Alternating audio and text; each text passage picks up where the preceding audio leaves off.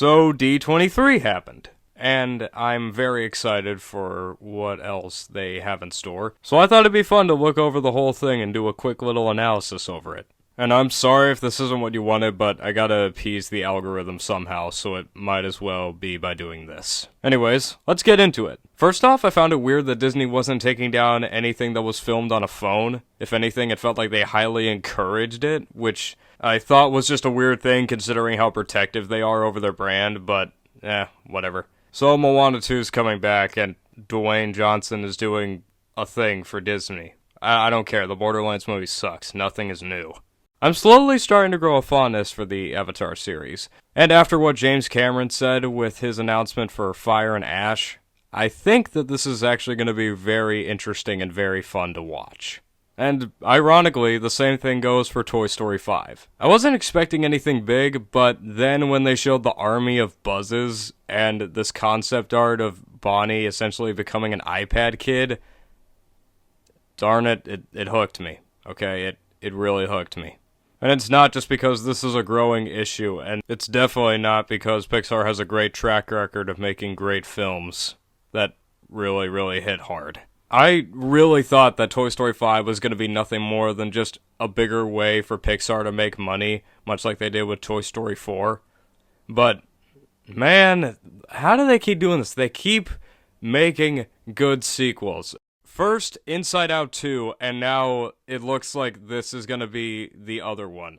Let's just hope they don't do too much with this absurd power and keep making the original stuff as they should. Speaking of, I'm really glad that they're branching out and trying new things. I mean, obviously Monsters at Work was the first ever Pixar TV show thing that they did, but both Dream Productions and Win or Lose might just be some of the best original stuff that Pixar has done so far in their career. This might just be me, but I think that Win or Lose might be one of the best things that they've made, honestly. It's new, innovative, interesting, very vibrant, and just looks really, really good. I'm very excited to see what they're gonna do with it. And no, before every Pixar fan starts screaming at the computer, I did not forget about Elio. I am very excited for that film. I apologize if you're tired of hearing my voice. I just feel really tired, and like there's nothing new or interesting. But we gotta keep going, so what else we got?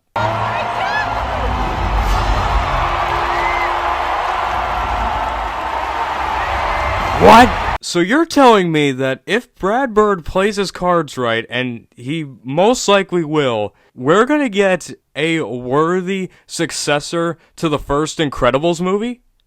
I am 1000% for this. Sign me up!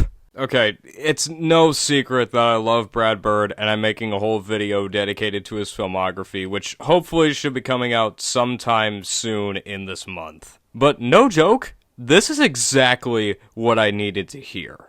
With Brad Bird's mind, as well as process about how he tackles animated movies, I honestly think that this will be the worthy successor that we all wished Incredibles 2 would be. Let's just hope this time Brad Bird isn't held back by what the studio demands that he do, and rather he's held to the extreme of what he wants to do with this idea. Because then, and only then, will the story be perfect. So while I don't care for the Frozen franchise, I wish to give them a little respect here, because from what it looks like, they're actually going to answer some of the unanswered questions in Frozen 2. Which is something that all good filmmakers should do. Oh wow, I am the Dr. Seuss of cinema right now. So, yeah, just wanted to say that. I don't have a lot to say about Zootopia, and even what I do have to say about it is probably nothing new. But regardless, I think Zootopia is a pretty okay movie, and I actually don't mind a sequel. In fact, I highly encourage it. I enjoyed the first one enough, and while I don't think it's as good as everyone claims it is, and it could use a better villain, hopefully Zootopia 2 will be better in those regards. Especially since they got my boy Ke Quan in there. I love him, and I love any role that he's in. So, yeah, Zootopia 2 will be on my radar. But I swear, if it comes down to the Oscars, and it makes a film like Loving Vincent lose to that, we're gonna have a serious problem. I will never let that go. Loving Vincent was such a great movie, and Zootopia did not deserve to win. And hopefully now that you're not sending death threats to my house, considering I just said that, I'm not exactly sure how I feel about the new Star Wars stuff that they came out with. I have mild interest in both the Skeleton Crew and Mandalorian and Grogu. Not to say that they're bad or anything, I think they got potential, but it's just not what's piquing my interest at the moment. I think the first 2 seasons of Mandalorian were the best ones, and the third one was just a bunch of mixed opinions, honestly. I'm sorry, but I don't really know what else to say about this topic. Anyways, let's move on to Disney's other big money contender, Marvel. I guess Captain America Brave New World has Red Hulk and a Brave New World reference going for it, and that's about it. One thing's for sure, Elvis Huxley would not be proud. But I'm not complaining about Red Hulk. Harrison Ford in the role will definitely be really, really great to see. I was waiting for what happened next, and thank goodness they finally talked about Fantastic Four. I have been waiting for this film for so long, and man, I am crossing my fingers and hoping like heck that this film is good. All I want is at the very least a very decent Fantastic Four movie so I can rest in peace. And from what we saw, the suits actually look pretty good, so I have some hope. I also strongly think that the Pedro Pascal will not fail us. Now, this would be the part of the video where I talk about Daredevil Born Again, but unfortunately I have not watched anything Daredevil related yet, the key word here being yet, so unfortunately I cannot give any feedback as to my reaction on that. I was excited for it though, so I can definitely tell you that. Agatha all along has nothing new or interesting to offer me. I am not that interested in it at all, and that's pretty much the only thoughts that I have about it.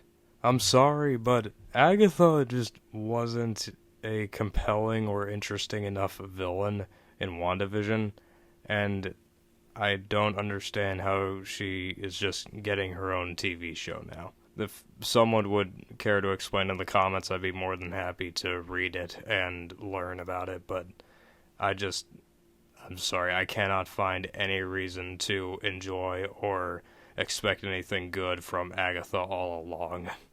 Now, on the other hand, Ironheart is surprisingly something that I did not expect would be this interesting or good, honestly. When they were putting out some stuff about her in the comics, I began reading them, and she actually became one of my favorite Marvel characters. And now, I'm very excited to see how they're going to portray her on screen. I'm hoping that this doesn't turn into another situation like what they did with Miss Marvel, but we'll see what happens.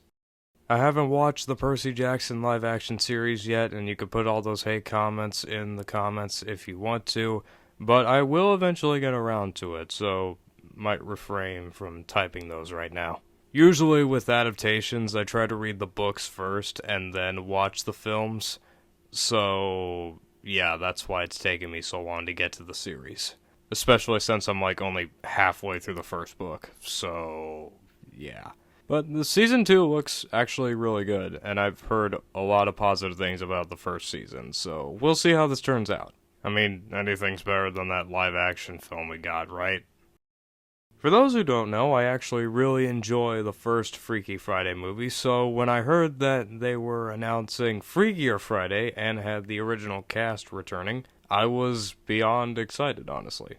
I know there's seemingly hundreds of Freaky Fridays out there now, but I am honestly really interested to see what they're going to do with Freakier Friday now that they've announced this. Now for my favorite things in the world, live-action Disney remakes. Yay. The live-action Lilo and Stitch has finally been announced, and I honestly don't know how to feel about it. From the look and sounds of it, they nailed Stitch's design and his voice. Seriously, I cannot tell if it's an impersonation or if they got the actual voice actor back. But the reason it has me split right now is because it can do one of two things. One, be so bad that people will have no choice but to watch the original and marvel at its beauty and how Disney messed up with the live-action remake like they always do. Or two, be so good that it warrants other live-action remakes and very underrated gems like Treasure Planet to get their own remake and possibly, or possibly not, repeat the same fate. So yeah, we'll see what happens. Either way though, I'm pretty sure it will mean some success for classic Disney fans like us in the end. I have nothing to say about the live-action Snow White remake because I don't even care at this point. If you just simply hire dwarf actors to play the dwarfs, I don't think any of the controversy would have been a problem. Okay, well, that wouldn't solve all the problems this film will eventually have, but it will solve one of them. Oh, and let's not forget about how excited we are for the bland, boring CGI animals of Mufasa and whatever else. Can we just stop riding this big high train of the Lion King being like this big thing, honestly? I feel like at this point Disney is just milking it dry more than it should, and it is just so annoying. I mean, it was just fine as a simple retelling of Hamlet, but now it's just like Downton Abbey or something, and we're getting far too deep and it makes no sense. Or maybe it's like Succession. Oh, I totally forgot that they were doing another Tron movie. That actually looks pretty cool. I mean, I'm not really sold on the fact of them going back to the real world, but it looks interesting, so I'll definitely check that out. And that's it for D23. And I realize that this video is now 12 minutes long. I gotta stop talking so much. Well, anyways, I hope you guys enjoyed my thoughts and opinions on all of that. Let me know what you think about all these reveals in the comments down below. Also, what are you the most excited for out of all these announcements? And as always, I'll see you guys in the next video. Stay safe, stay healthy, and good day.